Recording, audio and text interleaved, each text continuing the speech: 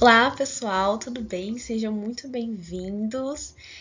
Hoje a gente vai falar um pouquinho sobre distúrbios da coagulação. Então, os assuntos abordados no decorrer da nossa aula vai ser uma breve introdução do assunto, impactos na qualidade de vida das pessoas que possuem essa doença, tratamento e a conclusão da nossa aula. E quem sou eu?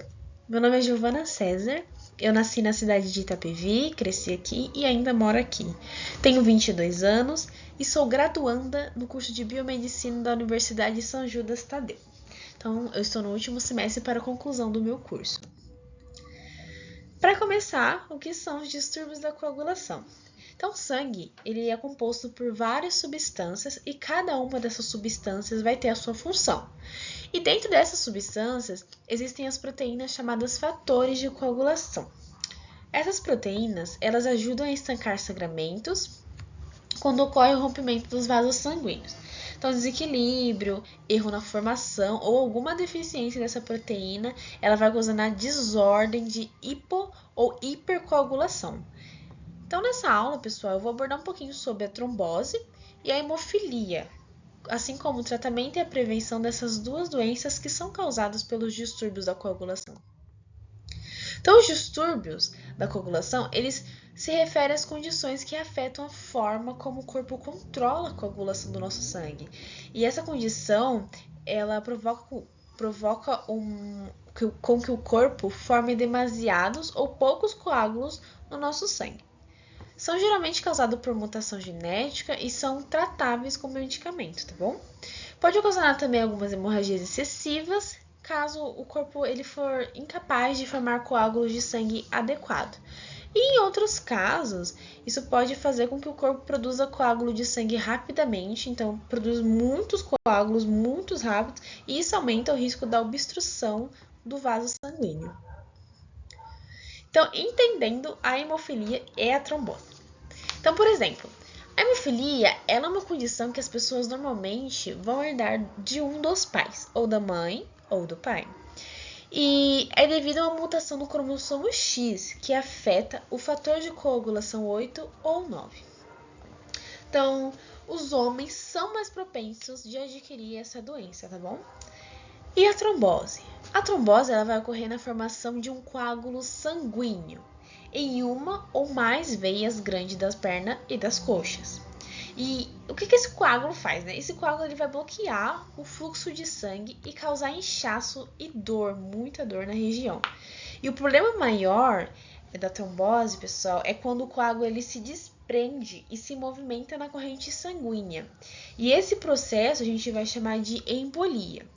O que acontece quando tem uma embolia dentro do nosso corpo, né? Essa embolia ela pode ficar presa no nosso cérebro, no pulmão também, ou no coração, ou em alguma outra área. Isso leva a lesão grave e a incidência de trombose e a lesão grave.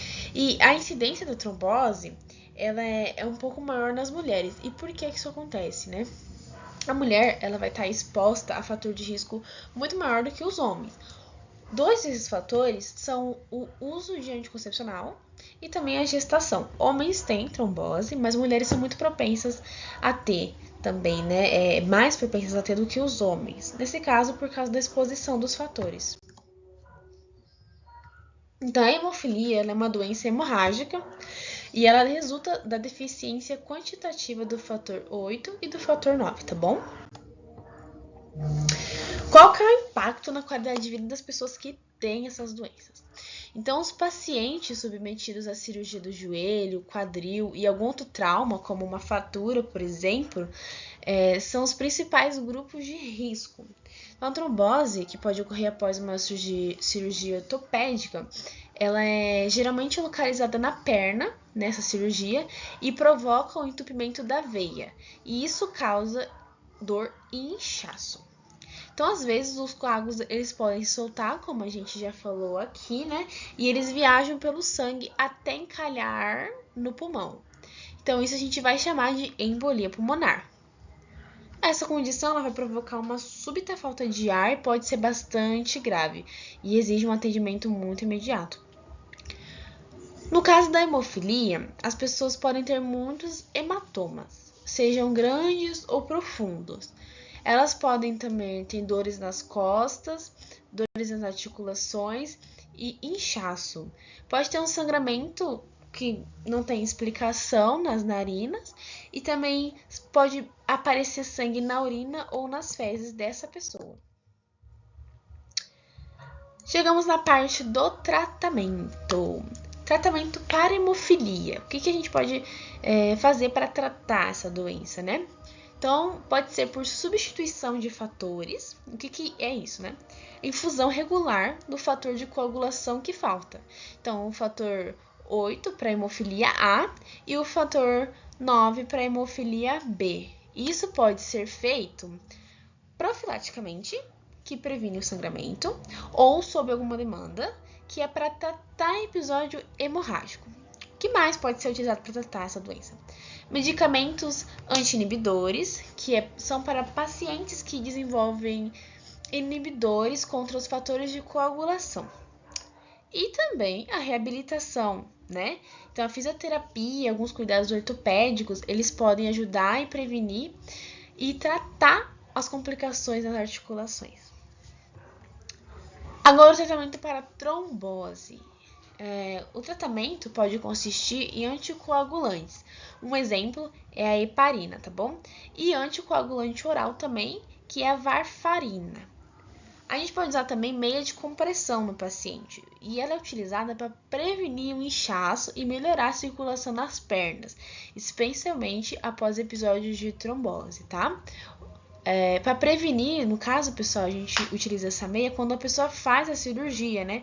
Então, a pessoa faz a cirurgia, para não ter algum episódio de trombose ali, a gente já orienta a pessoa a utilizar a meia.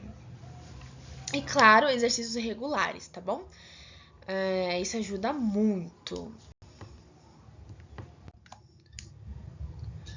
Conclusão da nossa aula.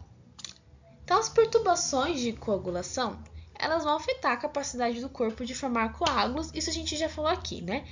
E pode causar pouco ou muito coágulo, ambos com consequências muito graves. Então, algumas dessas condições são genéticas e podem ser herdadas, mas também pode ser adquirida ao longo da vida devido a certos medicamentos, condições, exposições, como a gente já falou na aula aqui.